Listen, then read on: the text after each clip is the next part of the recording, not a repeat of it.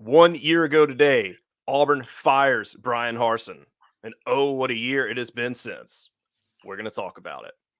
I want to thank everybody for listening to today's episode of the Auburn Daily Podcast. Whether you are checking it out where you get your podcast or on YouTube, I want to thank everybody for tuning in. Joining us today, kind of back on a regular rotation, is our guy, Pat Barnes, the fighter of the bad narrative, Auburn's vigilante, Auburn's hall monitor. Whether you're on the interwebs or the message boards or just crossing ways on the work path and you got a bad take, Pat Barnes is after you. He's joining us here once again to go and attack those on the Eve links as well. A whole new platform. But as always, we want to thank Pat for joining the show. And we're going to get right into this. We're going to get right into what this year has been like with Bryan Harsin. But before we get there, we cannot, it would not be right if we did not highlight a little bit of the good news. You were at the Auburn, Mississippi State football game. It was a little hot, unseasonably hot, at least for the first half for sure, but we got through it. So before we reflect on the wild year that had been since Auburn had a unprecedented midseason firing of Bryan Harsin after the Arkansas loss of 2022, let's just get a high note. Let's get everybody's moods up. Give me your feels of the Auburn, Mississippi State game, Pat. Well, we finally got to see the Peyton Thorne we all thought we were going to get to see this year. So I feel like that's got to be number one. That's the most exciting thing from the past weekend. Number two, I don't know who was calling the offense, but whoever was calling the offense started calling some stuff that we've been asking to see, stretching the field horizontally, quick passes to the hitches that we were running, a lot more running up the middle and running with a purpose. So I saw two very good things this past weekend. We've all been kind of dying to see this year. It was incredibly refreshing. And I said this on the last episode, but this was the Peyton Thorne that I thought myself and a lot of people were really expecting to see against Cal. And I think this game really, if we had just changed the location and the uniforms, I think we'd have felt awesome if this was against Cal. Just a very much just come out gunsling in the first half and just take care of the business, slow it down, get out of there in the second half. And I said it in the last episode, I'm going to say it right here. It was better late than never. I think we were ecstatic to see it. I think with the upcoming schedule with Vanderbilt being Vanderbilt, Arkansas looking like they have just about near given up, and they're going to have a really tough game with Florida this weekend. I think it really goes well for Auburn to kind of stack the momentum. We always knew this middle part of the season was going to be tough. I think the offensive woes just made it a little bit tough. It was weird because the scores outside of LSU were all relatively close, but it was just that offensive production made it feel so much worse than the score. But the good news is history will just remember those scores. History will remember the atmosphere. I think when we look back, that won't feel as bad if we can take care of business these next few games. And I would say at worst, just make it competitive with Alabama and just don't do what you did against LSU against them, which I don't think the cards are stacked for Bama to do that. And who knows if they lose to LSU this weekend and they don't really have playoff or SEC hopes, who knows what their morale is going to look like coming to this game either. Right. As many thought, this really could be the turnaround, and it was definitely a lot better than the alternative option had been, whether Auburn had lost or had a close, just ugly win with Mississippi State. But I think wasn't perfect, but for the most part, it was improved enough where I think we can all feel better. Is that a fair synopsis? Definitely. And I think you referred to Thorne as a gunslinger. I wouldn't necessarily even refer to him as a gunslinger, but they were calling passes that were easier to throw, where he could make quicker decisions. Mm-hmm. And he was getting the ball to the receivers efficiently. Like that first throw of the game he had to Burton was perfect, I thought. You just gave him a quick 10 yards out to where he could put it on a fast guy in space, the way that cornerback was giving him so much cushion. We've been asking to see that stuff all year. Amen. And we finally got a bunch of it this past weekend. Yeah, and like I said, I'm no analyst, I'm no pro here, but you're right. When you said everybody been expecting to see it, it was this, please just do some easy throws, get him confident, get the receivers confident, get everybody in rhythm, and then just kind of roll it from there. And it just seems like that, as you kind of said, we hadn't really had a whole lot of that, or if it felt like they would abandon it. Because I remember, you had those bam, you had those quick throws to Camden Brown a few weeks ago, and there's they just never went back to him. And it was oh, slant, he got it. All right, let's go. And then it was nice to see him get it and keep it rolling. I think that adjusted percentage was like 91%. He finally was throwing the ball away. I mean, legitimately looked like a completely different quarterback. Now, he's got to do it away from home, and he's going to do it against good opponents. So this is a sign of good things to come, but this does not necessarily mean it is a complete turnaround, just to kind of put everything in perspective. But it gives you hope that maybe, like I said, it was better late than never, but there is something there to build upon. Overall, I think we feel good about how this went down. You took care of business. You beat Mississippi State how you did. You didn't get fancy with it. Everybody stayed healthy. On to Vanderbilt. And a lot of it can be attributed to, like we've been talking about the last couple of weeks, there was a steep drop in talent we were going up against this past weekend. And that's going to kind of hold true for the next 3 weeks as well. So you're hoping, with that in mind, that the new and improved offense with a more confident Peyton Thorne combined with going against less talented defenses, we see a lot of the same the next 3 weeks, I would think. Yeah, Vegas has it to where Auburn, if you split the spread, Auburn should beat Vanderbilt somewhere in the mid to high 30s, or Vanderbilt's probably somewhere in the teens. We're a do 13 and a half point favorite last I saw. So I think the spread, you have to be rounding because you can't factor in half points for a total score, was something around 18 to 32 if you were to take it by Vegas math. So if Auburn, let's say Auburn beats that by a little bit and Vanderbilt goes backwards, I mean, I think this could be that fun game, unless, Auburn's decide, say, we're going to play it conservative and just get out of here. I mean, this could be that 30-something to 10-13 game that I think would everybody be like, all right, we're feeling good. And then if Arkansas gets blown out by Florida, I think Auburn can roll up there and really do some damage, get right with New Mexico State, and just see how Bama's looking, and maybe put on some boxing gloves to get a game. I think that's what everybody'd hope for. Get a good bowl game, and then from here, I think after this game too, after that win, I think your statistical chances of getting a bowl game very, very good. And like I said, if they roll out of there 7-5, everybody's feeling a lot better about this. By some, I'm not gonna say miracle, because that makes it, we don't get team of destiny here. But if they do scrap their way and go at 8-4, then I think everybody's really, really celebrating a great season turnaround, because that would mean a victory against Bama. As we sit here today, a successful season for me is winning the next 3 games and putting a respectable showing against Bama. That's my, if we do that, it will be a successful season in my book. And I want to add, I agree with you 100%. I want to add one more caveat to that. I want to see some younger guys, and we're already starting to see it, but I think what you need to see is, future. Like your Connor Liu, your Burtons, your guys like that. Some younger guys starting to make some plays, start to show some flashes, and be like, could run with this. This guy could be him next year. We could run with this. So, and I think with the way the schedule plays out with the talent gaps, everything, that I think you most definitely have the makings to do that. So that is kind of where it's at right now. I wanted to take a little bit of just a just to start this episode with a lot of optimism and happiness before we kind of get into the meat of it following the title. So we're recording this on Halloween, October 31st, 2023. Did anything happen October 31st, 2022? And ironically, it is Nick Saban's birthday. So what a just a more perfect time to ruin Nick Saban's time at Alabama than firing his favorite coach from Auburn, maybe? Top 10 happiest moments in my life, I think, is when I got the ESPN alert on my phone while I was out at lunch that day saying Auburn had fired Bryan Harsin. So, yes, this is a day that I'll always remember in an extremely positive light. Yeah, no, I think Halloween will mean just mean a little bit extra for Auburn fans for here on out, just from what that was. So I want to give a quick little take how I saw it.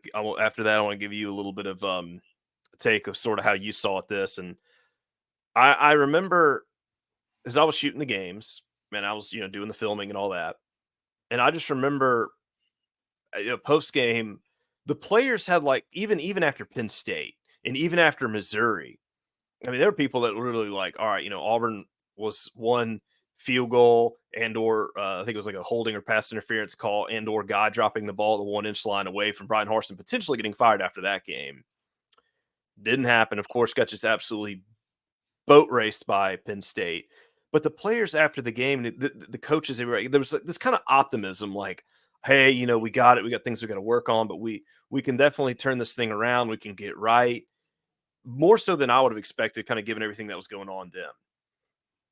But that Arkansas game, after they had gotten beat and beat and beat, there was a mood after that game to where the players came in and it looks like every single one of them just watched their dog got run over. And they just seemed so defeated. There was just every positive emotion. It was like a dementor was just in there just sucking all the happiness and joy out of them, but they just didn't pass out. They just had to kind of script their coach speak answers. You could just tell like, uh-oh, this is done. These players, I'm not there, I'm not them, so I'm not going to say, hey, they have given up. But that mood felt like maybe this could follow where they were at in that moment. I just remember seeing Owen Papo, and he just was so just his eyes were just glossed over. You could just tell he was so dejected after that game, and that had to have been a pretty good mood of the locker room at the time. And I want to say that press conference, it took Bryan Harsin like quite some time to even like show up. And it was just it was Well, just this he whole had to get a bench session in, I'm sure, beforehand. there was just this whole ordeal and mood, and you can go back and watch some of those. I'm not that anybody's going to do this. No one wants to relive this, but I mean, you can go back and watch those player interviews that are filmed in the locker room afterward, and you can just hear just how defeated the guy sounded. And that was after that Arkansas game, and that's where you just really. And it's funny because we go back to this word hope, because that was Alan Green's buzzword when they let Gus go. Is, well, we let Gus go because I think I'm paraphrasing it here, but correct me if there's a little bit of it. But there's no hope. We felt like there was no hope. We needed hope. And ironically, looking back, Bryan Harsin was supposed to be, I'm videoing here in quotes, that hope. But I would wholeheartedly say that moment after that Arkansas game, and really before, but I mean, that was just the antithesis of it. There was no hope in that program. There was just, I mean, everybody was done saying, we can't, there's no way we can keep doing this anymore, not at the pace we're going. And then, of course, I mean, that really forced the hand. They had to let Harsin go that next day, I believe. Or sorry, it wasn't the next day, because I thought it would be that Sunday, and it didn't happen. Everyone's scratching their head like, this is wild. And at this point, the media has just full blown turn. Everybody is just reporting madness. And then, of course, probably midday, lunchtime, brunch time. It was sometime between like 10:45 and like 1:30, somewhere in that range. I typically eat lunch between 11:30 and 1, so I think it was like right at 11:45, maybe It was noon. it was somewhere like lunchtime. Boom, they get the call. They make the call. They announce it. He's out of there, and I mean, it was just it was like the Star Wars reaction when the Death Star blew up for the universe. Like, oh my gosh, we're back. And then you get the John Cohen hire coming after that. It's like we feel like we were rolling.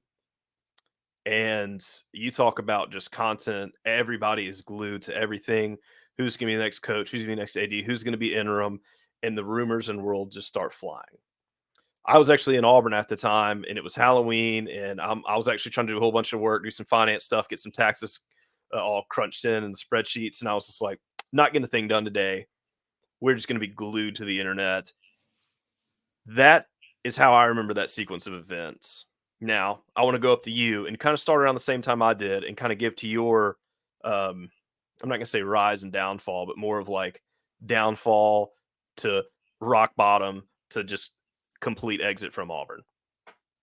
So my negativity started way before yours, which I was saying the exit. I wasn't going that far back. I just meant like the final letdown of where you were in the final hours of Harsin. Yeah. We're not going to that far yet. We'll get there, but no.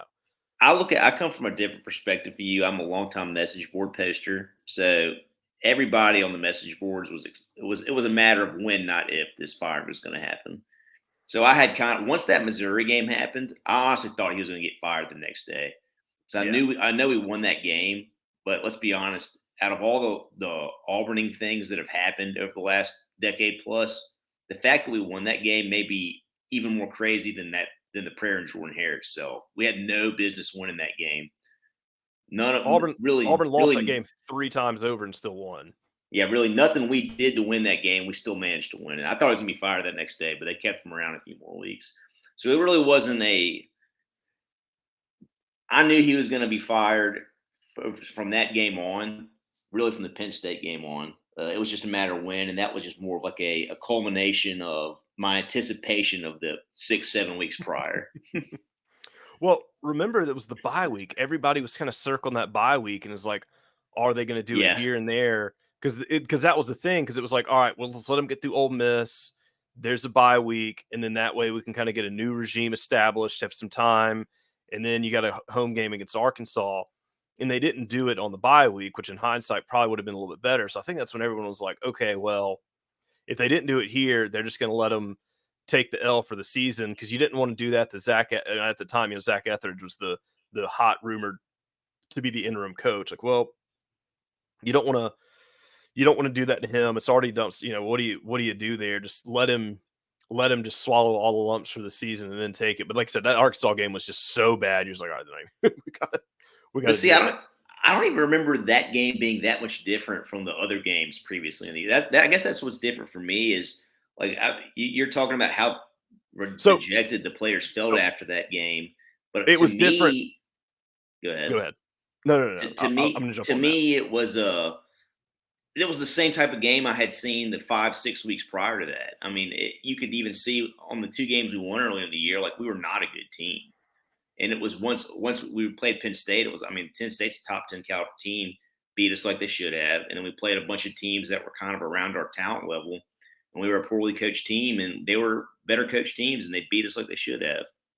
What the difference was for that game was being there in person. And like I said, I already kind of went into just the mood of the players, and just, you see guys walking off the field and there's just no, like I said, there's all the wind is out of their sails. You can just see it in their eyes. And then the other part of that was the fans. That place cleared out so early and so fast. I remember I'm sitting there, and I can overhear some police officers joking about how they're like, "Uh-oh, we need to get ready. There might be people who try to storm the field," because there was all of probably like a couple thousand people left. And this is like midway through the fourth quarter. I was actually going through some pictures of last year's game, and I saw that, and I was like, "Oh my gosh, that's how empty the stadium was." And there was still a whole lot of game left. And that's where it just really felt like, no matter what, no one, even just the fans, don't even want to be here to see this. It was that, I mean, students, everybody was just, all right, we're out of here. And What I took think them so that's long? why that game fit. Man, they're booging, man. They had some hope, I guess. But I think Crazy. that's why. Oh man, silent mode, man. Good job. I think that, It's off now. all right, good. And I think that's why. I think that's why I just felt so different. Now, granted, you had the away games before that. I think people are kind of hyped up for LSU. So had you had Ole Miss at home, probably would have felt that way, because you had Missouri, and then you had everybody hyped for LSU, and then it was like, all right, we're gonna do this one last rodeo in Arkansas. Kind of everybody's dragging their feet in there, and it went exactly, as you said, it went exactly how it was expected to go, and that was the problem. It went exactly how everybody expected it to go. I mean, probably just worse. I mean, it felt like it was just a team, and everything was just yuck. And yeah, I mean, that was the straw that broke the camel's back. I took a. This is me probably admitting too much. Okay.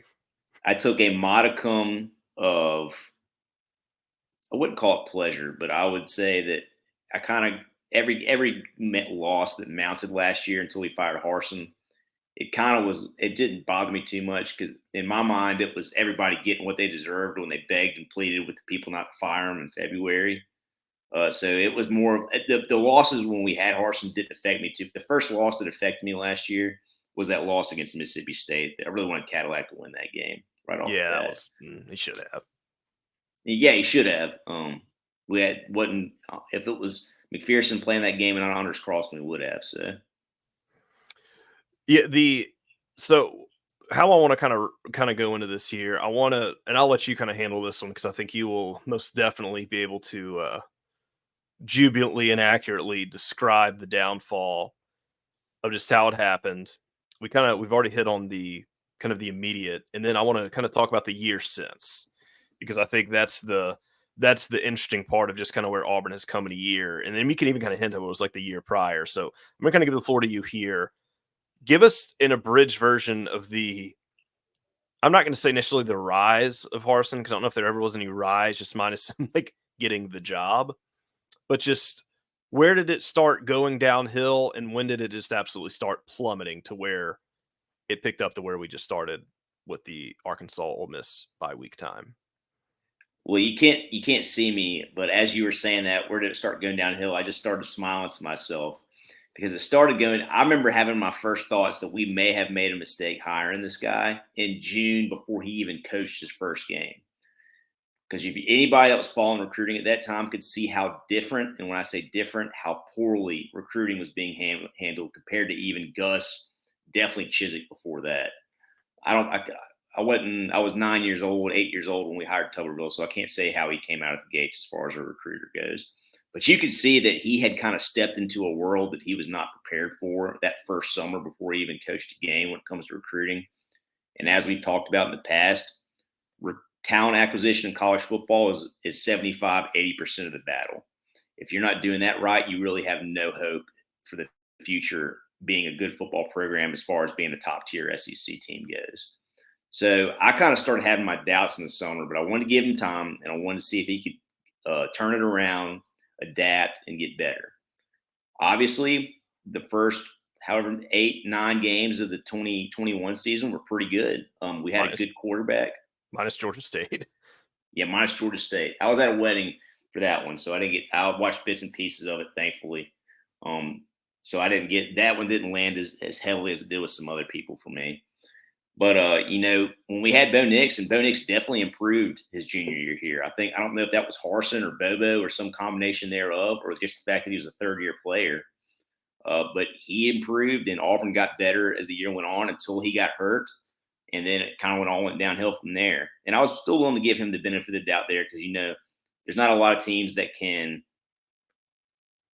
really manage well having their starting quarterback go down in the middle of the year. And there's not a lot of teams that have a great second string ready to go behind him. What really killed me on Harsin was that month of January in 2023, where, the 2023 class in Alabama, the recruiting class. January 2022. Yes, January 2022. And I say 2023 because it was the 2023 recruiting class that he was getting ready for. And that month starts, and Auburn basketball is rolling. And we've got these packed down arenas, and it would be a fantastic opportunity to bring some of these recruits in that you got to start landing to show, hey, this is an Auburn atmosphere for a basketball game. Can you imagine what it's going to be like for a football game when we're good? I think Harsin, they didn't host a single recruit during the Auburn-Kentucky basketball game. Didn't host a single recruit. The weekend after that, it's junior day. And let's remember that's the basketball game where the students were camping out all night, hundreds of them. Yes. It was cold. They brought the food. I mean, it was incredibly electric as far as just the atmosphere, the morale, the hype. That all thing was Auburn. That was Jabari. That was Walker. That was fighting for that #1 basketball ranking. That is what the time period we're talking about. The weekend following that, I believe, it was supposed to be Auburn's junior day where they're supposed to host all these 2023 players. There was already 20-plus 4- or 5-star players in the state of Alabama for that year. Auburn got 2 of them on campus, 2 of the 4- and 5-star players, in-state players in Alabama. At that point, for me, it was obvious that this was heading nowhere fast. Immediately following that, you have late signing day. And what did he do on late signing day? Do you remember? Late signing day, that was the optimistic feeling that because I remember it was like, all right, there's some linemen he may grab. There were some other key position groups. I can't remember off the top of my head. Maybe it's just a while back. Maybe the memory is blocked. But I remember that it was a little bit of a goose egg. Am I correct? You are correct. It wasn't like he missed on 1 or 2 players. I think we were still in it for 5 or 6 guys. Every single one of those guys went somewhere else. And that was after he took almost the entire month of January off recruiting. Do you know what he did immediately going over in recruiting on late signing day? Trip to Mexico, is that correct? Yeah. What other job in America can you do something that badly, that poorly, and you decide you're going to take a week and a half long trip to Mexico after that? I don't know of a job where you can get away with that. And people want to talk at the end about last February about how big of a mess Auburn had stepped in. It wasn't because of his results in season 1 that Auburn tried to fire him in February. It was because he followed up a 6-7 season with doing absolutely nothing and putting zero effort into recruiting from when early signing day ended all the way to a month and a half later at late signing day. That's why Auburn tried to fire him in February. For whatever reason, they didn't pull the trigger. They couldn't pull the trigger, and we were stuck with him another year. But I think for everybody that was paying attention to recruiting during those months, you kind of understood this guy was not going to work here because he wasn't willing to put in the effort for the most important factor of being a college football team. He just was unwilling to put in that effort that's required to get to that level. And then, of course, there was a little bit of I might even say a little bit. I mean, there was a little bit of I keep saying a little bit. We're gonna stick with a little bit. There was some rallying behind Harsin after all that February. It wasn't stuff. a little bit. It wasn't. It was a lot of people that were behind him. There was some rallying there, and I think the problem is because unfortunately there were, and we're not gonna get delve into any details of this, but we'll just say the word rumors. There were a lot of rumors that swirled around him at the time about him personally, and True. I think what ended up happening is a lot of people were ignoring some of the tangible facts about coaching performance, overshadowed with stuff that was maybe rumored malicious about his character and things like that outside of coaching. And I think because of that there was a lot of people that really kind of stood behind him and maybe ignored some of the other stuff with recruiting and this and that and on the coaching performance, et cetera, because those storylines were just juicier and gossipier and overshadowed. Hey, that stuff doesn't matter. Look at the junior day, look at the signing day, look at all these other things. And it was just easier to ignore some of that other stuff because it was like, hey, we didn't feel like this was right. And really, probably a lot of that was not right to be as big as it was. And like I said, we're not going to get any more into it here because it's completely irrelevant. But there was a rallying behind Harsin once the dust all settled from the whole February situation. And for the most part, Auburn folks were behind. And this is where it kind of really gets me is like, okay, you've gotten a second wind of rally momentum. You come into media days. I thought he did very well with media days. You've got some hype around the program. You got some new guys in there. You're saying the right things, doing the right. Oh, how could we forget the Austin Davis debacle too? That was a whole nother thing that went into that. Well, man, I was about to bring up. You got that. You've got half of the guys that Gus brought in the last couple of years, I think, left that winter. I think somebody posted on one of the boards earlier today that I think 25 players transferred out that winter, and some of those guys were good players. Like I know I caught a bunch of crap for being upset that Kobe Hudson transferred. The guy is killing it at UCF right now. He would easily be the number one receiver on this team if he was still here. Tennyson, another one. Yeah, Darius Tennyson, JJ Pegues. Like we lost some really good players that winter. And everybody kind of brushed it off as we're just like culling the herd, we're trimming the fat, and you can't lose SEC talent in 4 stars. And these were 4 stars that were living up to the hype, and he was letting them walk out the door. Exactly. And so you said you had good momentum, and then obviously there were people who, I think yourself included, who very much just like gritting their teeth, like get it gone, and very much is like do it on the field. And to me, the way I had described it since then, I said Harsin has a window for success, and there's these milestones he's got to hit to either keep it as wide as it is, or even widen it by doing the right things. And you kind of kept getting these milestones, and it was just like, okay, it was getting narrower and narrower. And then I think the biggest one was like Big Cat Weekend, where that just guys that were supposed to commit and recruits that you had momentum for that just weren't really panning out. So, all right, missed on that guy. Oh, okay, that should have been a gimme. Oh, there's a lineman we're not getting. We need some line here. Okay, these are practicing reports. Big Cat Weekend was kind of in hindsight. You know why we were missing on those guys though? Explain for the listeners. It has nothing to, and this will kind of tie into what you want to talk about as far as where the difference in what we've seen with Hugh Freeze this year. The on the field stuff, truthfully, matters a lot less to recruits than a lot of people think it does.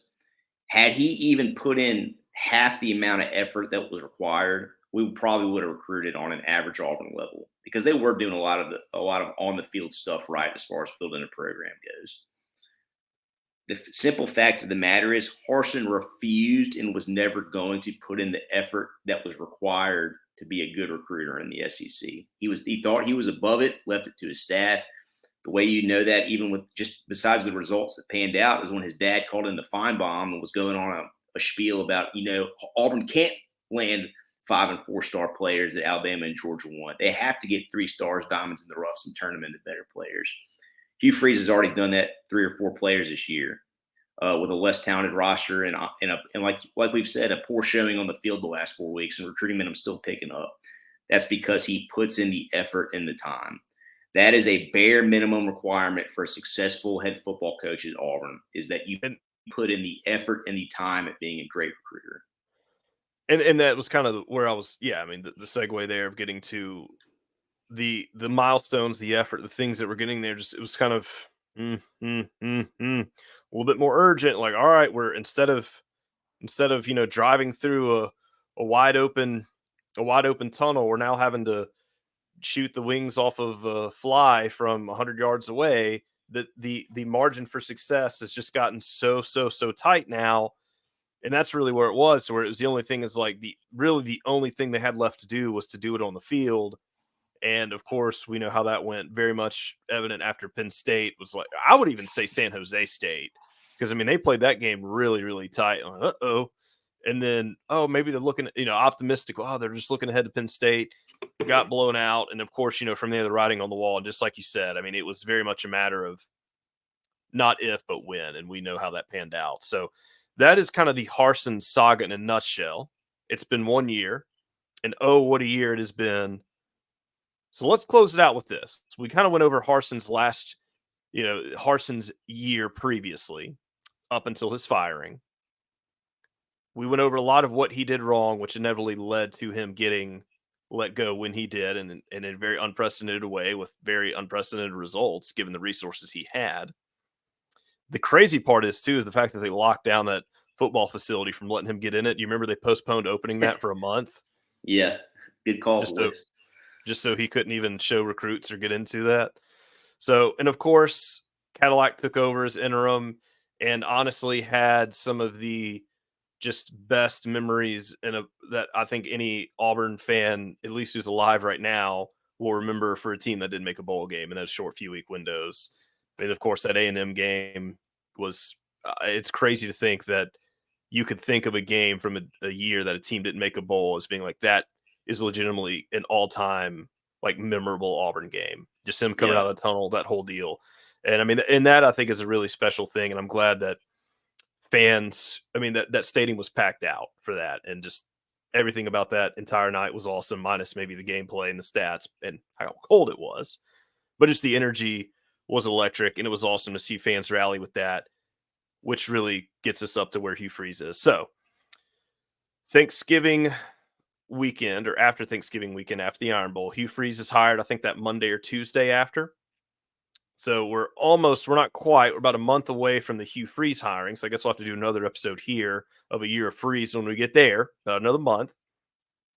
But we'll kind of preview that a little bit. And let's say, so that was Harsin, his bad time, his inevitable, just never ending spiral downward.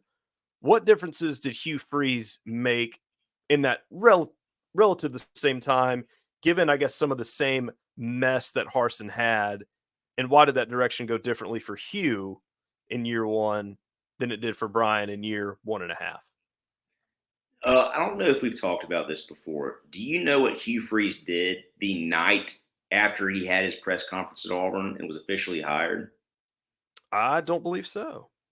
He went to the Chilton County High School basketball game to watch DeMarcus Riddick play a basketball game. That's what he did the night he was hired at Auburn.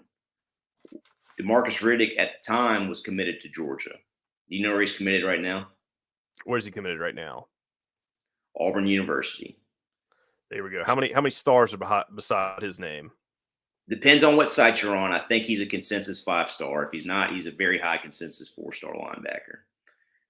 My point there is Hugh Freeze is already a more successful coach, even if it doesn't pan out on the field this year.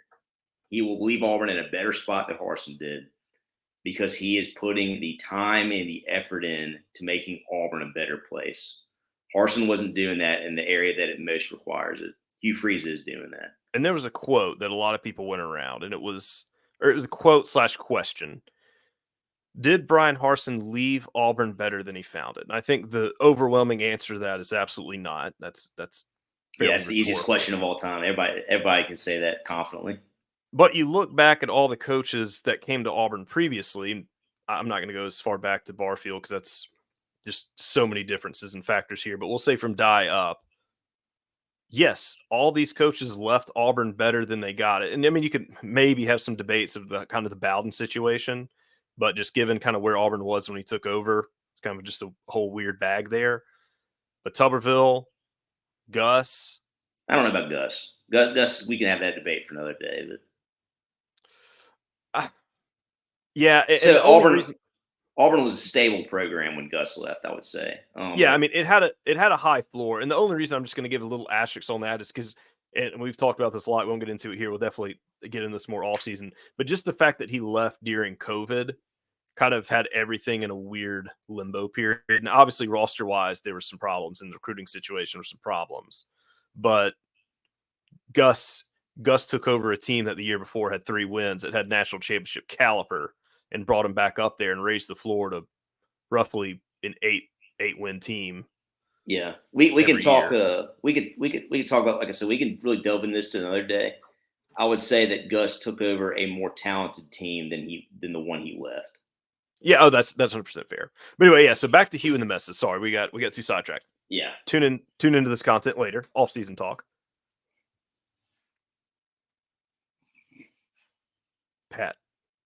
I thought you were about to say something. No. This is all you. I said back to the mess that Hugh had to clean up. So Hugh walked into obviously the least talented Auburn team, I think, since when Dye walked into Auburn. That's the mess that Hugh walked into. He has already done a ton to try to correct that. We brought in some transfers. A lot of them have been at least SEC average players this year. Some of them haven't. But one thing he has done really well is recruit the heck out of some high school talent, which is still how you build a truly successful program. And the 2024 class, that's the class we're in right now. It's looking good. We got a shot at a top 10 class. Couldn't even sniff that with Harsin in the last couple of years. The year after that, it's looking even better than that. There's a potential for that to be a top 5 class if we close with some of the players they're talking about closing with. Not even delving into any of the on-field stuff, the off-field stuff has improved tremendously in just 1 year. And we can have a lot of hope for the future just based off that. Well, one thing, too, that we hadn't hit on yet about Hugh or Bryan was the fit of the coach. I think we've hit a lot about on the field, on the staff, the X's and O's, but more about the personality, the figurehead that it takes to be a coach at this level. Because, I mean, it's so much more about being a CEO and a networker and, as I kind of said, a figurehead of the program rather than just a guy out there who holds a clipboard and blows a whistle.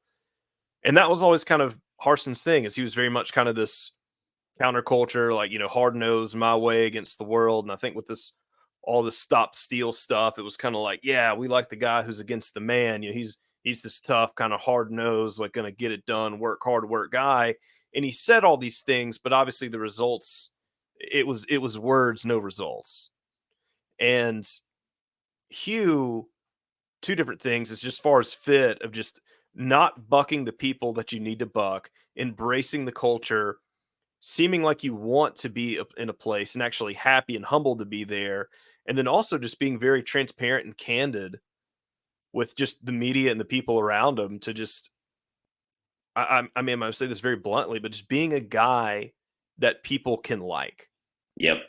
And that is not what you heard with Harsin so much, especially, we'll put it this way, especially with the people that mattered. And there were a lot of narratives out there about, oh, he was this awful, awful guy, And I talked to some people, too, that had interacted with him, and they were like, there were definitely people he did not like, but he was pleasant with a lot of people as well. But the issue there is there were people that were important and there were people that mattered that he made no effort to win those Yep. relationships. And that was the problem. It wasn't like he was like this with every single person on existence, but there's some people you got to play the game with to make your life a lot easier. And there were just times where Harsin had no intent on doing that. Yep. And fundamentally, to run a machine like this, that's part of the game that you got to play. And you got to play the game just as much off the field as you do on the field. And it goes to show, I mean, Harsin might go somewhere again, another small program, and do the X's and O's things very well and win some games. And be like, okay, he's fundamentally not a bad football coach, but That's maybe not he's what just not. Auburn needs. Right, yeah, but maybe he's just not a guy, because at this level, it's so much more than that. You can be a great coach and coach well at a high school or small college, but there's so much more about, and this can sound kind of crazy, but you're almost about near better off being an average coach, but an incredible businessman and people person at this level. Oh, And that's what I 100%. think. And that's what I think, because the key is, as a people person, you can hire great assistant coaches to do that side of it. Yep. And you can get the money, people and the fans, and then just everybody on board to make the program run. But if you can't do that stuff and you're great with X's and O's, well, you're not gonna win those necessary battles. And I think Bryan Harsin to Hugh Freeze is a incredible polarizing example of just how important that is and why fit is. And as the game evolves and as there's so much more money with TV contracts and fans and boosters and just all these things you got to do with players and NIL and just so many more moving parts, you've got to have that CEO mentality, that businessman mentality along with the coach standpoint. And that's why these guys get paid the big bucks. And that's also why they're expected the big results. And Bryan Harsin got paid some pretty big bucks and got paid some pretty big bucks to walk away, but didn't do it. And I think there's possibly a scenario here, and this could be another offseason topic, about have we just gone absolutely bonkers with some of these coaching contracts? Because overheard, I think it was a Village Vice with Zach Blackerby and Brad Law. We're talking about that. I think they had said that Pittman's contract has a clause, correct me if you know this, that it goes down. If he wins less than 50%, his buyout is drastically reduced. Yeah, but I think that is true. But I think there's a little bit more nuance to that came out today. I don't think that goes into effect till the end of this year or something like that. Yeah, I haven't skimmed into that yet either. I just kind of heard a deal, and I agree. It's definitely something worth researching. But I think I do think there's some validity to having coaching contracts. It's like, if you just absolutely suck, like, you're not getting this buyout money. Which I'm trying to get that Brian Ferentz contract for everybody. If you don't score 25 points a game, you're fired. That's it. Yeah, and I'm not gonna do it today because I could debate some contract stuff and just how we'll just end with this. Jimmy Sexton is a wizard. Yes, agreed. And what he has done, and honestly, how much money he has cost Auburn. Yeah, astounding. But I mean, even when they're just whispers. I mean, it could have been just one message board post on the Arkansas side that, oh, we're wanting to fire Pittman. All of a sudden, poof, Gus Malzahn's getting an extension at UCF after getting demolished, or right around the time he got demolished by Baylor. It's just like, what is this world? So yeah, good for. I mean, the real winner every time a coach gets fired and hired and extended is Jimmy Sexton. So this is for any young entrepreneurial, business-minded, sports-loving person listening to the show, go into become a sports agent. That's where the money's at. So Pat, that's all I got. Do you have any more final thoughts for this past year, and for what to you is a celebratory anniversary? I'm in a good spot right now, man. Like I said, I've got the coach I wanted. We're coming off a win. Hoping we can get another win this weekend, keep this thing rolling. So everything's sunny in my world right now. Well, I'm going to say this. It's a lot sunnier than it was 1 year ago. Before we close out, I do want to thank our show sponsor, Opelika Rage Room. That would have been a great place in Auburn around this time last year. If you got some rage, you just want to have fun, do something different, go there. It's exactly how it sounds. Located outside downtown Opelika, 2nd Avenue Get a table full of breakables. You get bats, hammers, you get electronics, glassware, bottles, whatever it is. Get it smashed on the table, throw it against the wall, smash it on the floor, whatever you like. Just have fun, be safe. You can go to the website openlikeragedroom.com to book a session up to 12 people, or you can go by yourself. So group sizes 1 to 12 at a time. They also have a splatter room, which can house up to 10 people. Giant paint fight, great for all ages, date nights, families, whatever it may be. Birthdays especially. It is a blast. They also have a location in Birmingham as well. Birmingham Rage Room. Check them out as well on their website. Book, do all the same stuff, exact same activities. Both locations are a blast. I want to thank them again for sponsoring the show. And once again, too, want to thank Pat for guesting on the show. This is normally the part where we tell everybody where to find him, but Batman does not take off his masks. I saw Pat out there posting, attacking some people with some ridiculousness. Is that what he's doing? It's what he does. And he'll be continuing that. Like I said, if you guys are out there with some of these ridiculous takes, he'll find you. He'll be on it. Want to thank him again for joining the show. Want to thank you, the listener, for checking us out. We'll be back on a regular schedule again. Won't be traveling so much. Won't be, obviously got some away games. I was in Auburn a lot, so we kind of had some, we had our normal show guests for traveling too. So our episode launch schedule got a little out of whack. It'll be a lot more normal this week, and it should be for the next few weeks moving forward. So thank you guys for listening. Check us out tomorrow.